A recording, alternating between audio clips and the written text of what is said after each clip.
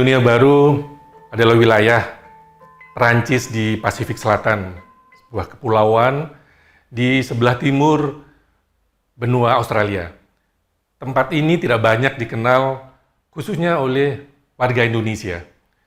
Padahal di tempat ini terdapat komunitas Indonesia atau keturunan Indonesia yang sudah berada di wilayah ini lebih dari 125 tahun. Sekarang ini jumlahnya mencapai kurang lebih 3.000 orang. Tentu sudah banyak yang mengalami percampuran dan mereka pun banyak yang bukan lagi warga negara Indonesia. Namun demikian mereka memiliki keterikatan budaya yang masih kuat dengan khususnya budaya Jawa. Karena nenek moyang mereka datang ke Kaledonia Baru ini, mereka berasal dari Jawa.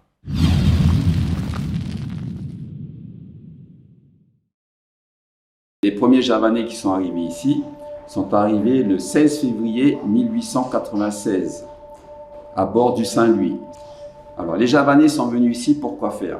Mais parce que lorsque le gouverneur Fayet a voulu arrêter le bagne en Nouvelle-Calédonie, il a arrêté la venue des bagnards et il a fait venir à la place des bagnards pour mettre en valeur la Nouvelle-Calédonie des colons libres, les colons c'est-à-dire des paysans, des gens pour mettre en valeur la Nouvelle-Calédonie.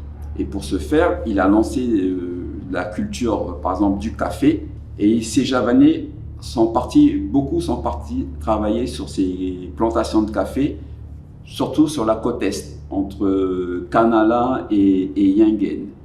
Ces travailleurs ont été tellement travailleurs, justement, dociles, et on pouvait compter sur eux, qu'à partir de 1903, on a fait venir aussi des Javanais, mais là pour travailler sur les mines.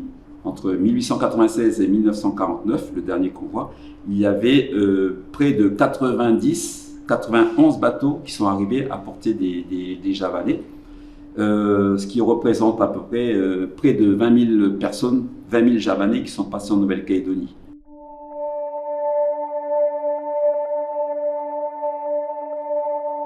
J'ai mes grands-parents maternels qui viennent de Java. Alors d'après ce qu'on m'avait raconté, ils sont arrivés en Nouvelle-Calédonie en 1929. Ils sont originaires de Java central, de la région Banyumas, et le village s'appelle Sumpio. Donc ils sont arrivés ici sous contrat avec les Orang Contra. Ce sont des contrats de 5 ans qui ont été prorogés d'année en année. Et puis, alors, lorsqu'ils sont arrivés, mes grands-parents, ils n'avaient pas d'enfants, mais ils étaient venus en couple. Et puis, donc, des enfants sont nés sur le territoire, dont ma mère. Ma mère est née à Touo en 1931. Et puis, voilà, donc la descendance, j'ai 2 sœurs. Donc mes 2 sœurs, moi.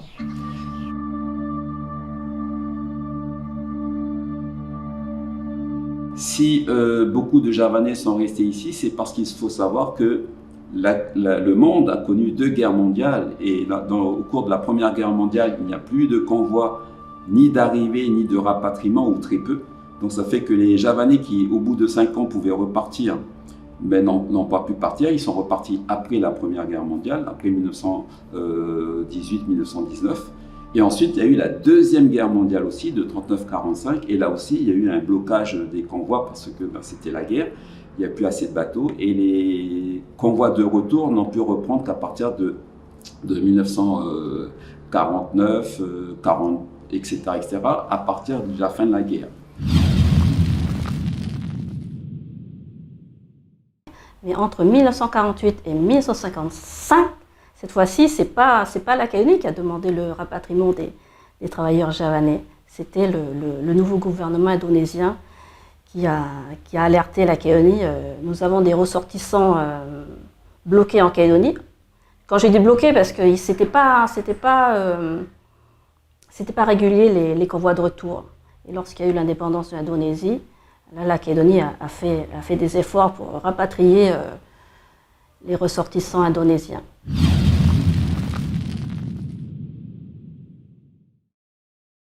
Angkana kene setahun, terus aku balik Jawa. Tahun 53. Kan nunggak ngapal saka Obren. Balik Jawa Pak Presiden Soekarno ki ngomong, "Umat Allah, umat ana wong Jawa kabeh seneng luar negeri, iki do bali ya." Heeh, pas londo metu saka Jawa wis dadi ana wong Indonesia. Omah ora kane nang nggoni. Kon do nggoni omah londo. Akhir-akhir kan kono ada manggon asrama Jakarta 3 bulan. Heeh, 3 bulan ngenteni Sumatera buka alas. Kono alas tebangan gede, nang gedegang ngenten 3 bulan. Heeh. Kono digawé omah, dirangsung panganan setahun. Heeh, tetur kono kuwi buka alas dadi desa. Aku kuwi dadi desa. Dirajang kabeh. Wong siji-sijine wong gak omah, dibagai lemah 2 hektar. Heeh. 2 hektar. Sing 1 hektar nggo ana sawah, sing 1 hektar nggo pomahan karo kalawija. Basa buka ledeng gawe sawah, ora ndur kalawija, andure mempari. Heeh. Setahun pindho kan bayune ana ora bayune ora serta. Tak tinggal nang Jawa 40 tahun. Rene meneh aku malu Mbak Yu meneh. 1948-1955, c'était plus de 15 000 passagers sur les bateaux pour Jakarta. Alors sur ces bateaux, il y avait la famille de ma mère sur le Suryanto, qui a quitté Nouméa le 17 juillet 53, et sur le Skobrin, qui a quitté Nouméa le 27 août 53, il y avait la famille de mon père. Juillet 53, c'est toute la famille de ma mère qui part, sauf mon grand-père qui était marié, et ma mère était bébé. Elle est née en février et le bateau est parti en juillet. En fait, elle était tout bébé. Et sur le Skobrin 53, il y avait mes grands-parents, mes arrière-grands-parents, et mon père était sur le bateau. Il avait 3 ans. Sur le Skobrin 53, il y avait des bébés. Hein. Oui, il y avait des bébés parce que ma grand-mère, elle avait un bébé de 1 mois. Donc les années ont passé. Et puis en Indonésie, il y a eu beaucoup de changements. Entre autres, il y a eu l'indépendance en 1945. Et mes grands-parents ont décidé de retourner au pays. Alors, du coup, eh bien, ils ont décidé de repartir là-bas. Je pense que c'est un peu l'appel du cœur. Et puis, donc, ils sont repartis en Indonésie au mois d'août 1953. Au mois d'août 1953, à bord du Skobrin, et avec beaucoup de personnes également à l'époque. Et puis, ma maman n'a pas voulu suivre les parents.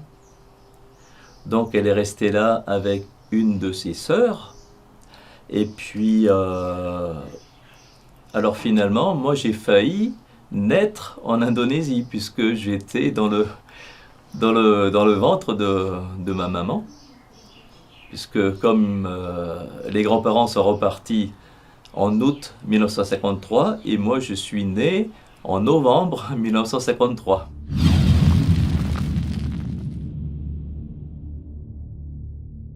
Et ce n'est qu'à partir de 1951 qu'a été créé ici, en Nouvelle-Calédonie, le consulat d'Indonésie. Et ce consulat d'Indonésie, ce n'était pas un diplomate qui a été nommé comme consul, mais plutôt un très haut fonctionnaire du ministère du Travail, parce que la République d'Indonésie savait qu'il y avait des ressortissants indonésiens sur l'île de Nouvelle-Calédonie. Et il a fait en sorte de pouvoir rapatrier toutes les personnes qui voulaient rentrer en Indonésie. Hein. Et c'est pour ça qu'il a mis en place ce consulat. Donc le dernier convoi de rapatriement, c'était en 1955. Et c'était le Skobrin, le dernier bateau. Hein.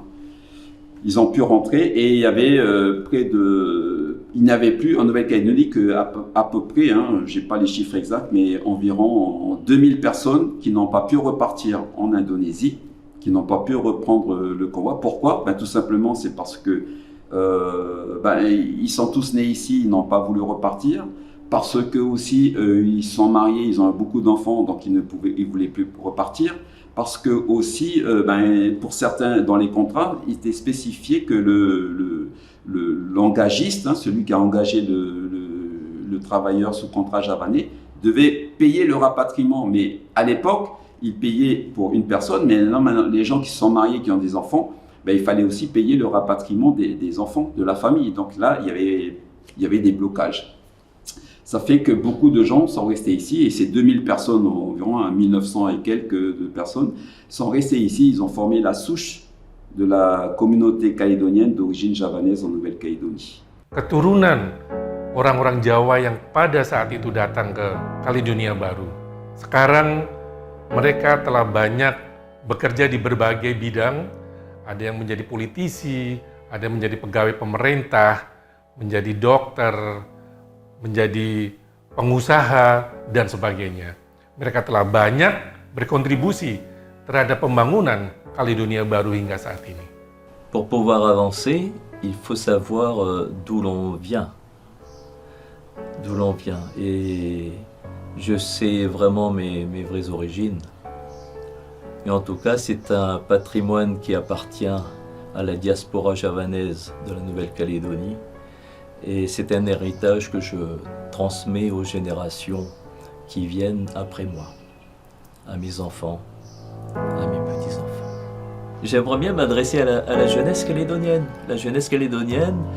d'origine javanaise. Eh bien, n'hésitez pas, faites des recherches sur vos origines, les grands-parents, les arrière-grands-parents, d'où est-ce qu'ils sont venus. Faites comme moi j'ai passé du temps, mais c'est très très enrichissant. Allez aux archives de nos villes, faites des recherches. Il y a des trésors là-bas. Moi je l'ai fait, je ne regrette pas du tout.